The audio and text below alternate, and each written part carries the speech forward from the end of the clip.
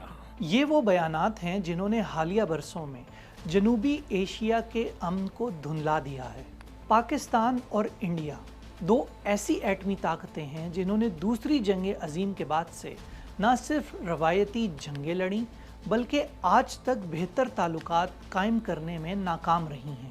پاکستان اور انڈیا کئی مشترکہ عالمی اور ریجنل فورمز کا حصہ ہیں۔ شنگھائی تعاون تنظیم بھی ان میں سے ایک ہے۔ اس تنظیم کا اجلاس آج سے پاکستان میں شروع ہو رہا ہے، جس میں انڈیا شریک تو ہوگا لیکن پاکستان کے ساتھ کسی بھی قسم کے دو طرفہ مذاکرات پر آمادہ نہیں۔ پاکستان اور انڈیا کی جانب سے ایک دوسرے کو مشروط مذاکرات کی پیشکشیں کی جاتی رہی ہیں، تاہم کشمیر اور سرحد پار دہشت گردی سے ہٹ کر بھی ایسے کئی تصفیہ طلب معاملات ہیں جو فوری توجہ چاہتے ہیں۔ وہ کیا ہیں؟ آئیے ان پر ایک نظر ڈالتے ہیں۔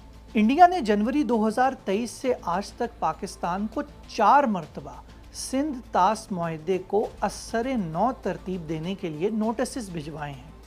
انڈیا کا کہنا ہے کہ جب تک حکومتی سطح پر معاہدے کی ساخت پر بات نہیں ہوتی تب تک انڈس واٹر ٹریٹی کمشنرز کا اجلاس بھی نہیں بلایا جائے گا، جبکہ پاکستان نے اس مسئلے کو انڈس واٹر کمشنرز کی سطح پر حل کرنے پر زور دیا ہے۔ کشمیر کا ایشو حل طلب ہے، حل ہونا چاہیے، لیکن اس طرح سے بھی حل نہ ہونے لگے کہ اس کے ساتھ اس کی پوری حیت تبدیل ہو جائے اور میری شہرگی کاٹ رہے ہیں، میرے آج دریا سوکھ رہے ہیں، میرا پانی رک گیا ہے، میں کن معاملات پر کس طرح سے مجھے آگے جانا چاہیے۔ بڑی باتوں پر بڑی باتیں کریں، اور وہ بڑی باتیں کرنے کے لیے آپ کو بائی لیٹرل باتیں کرنی پڑیں گی۔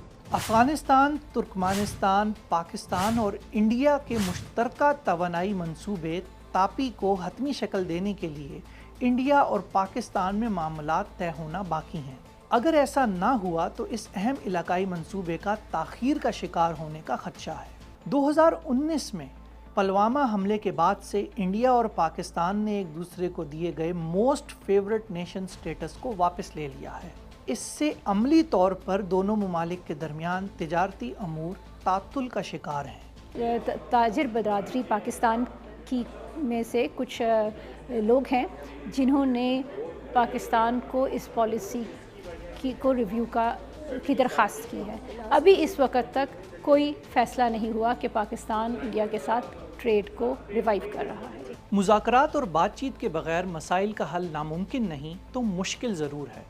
دنیا کے کئی اہم ممالک نے پاکستان اور انڈیا کو براہ راست مذاکرات کا مشورہ دیا ہے اور ایسے اقدام کی حمایت کے اعلانات کر چکے ہیں۔ We value our important relationships with both India and Pakistan. As we have said, we support direct discussions between India and Pakistan, but the pace, scope and character should be determined by those two countries, not by us. کیا Shanghai تعاون تنظیم کا یہ اہم اجلاس جنوبی Asia کے 2 بڑے ممالک کے تعلقات میں کوئی مثبت موڑ لائے گا؟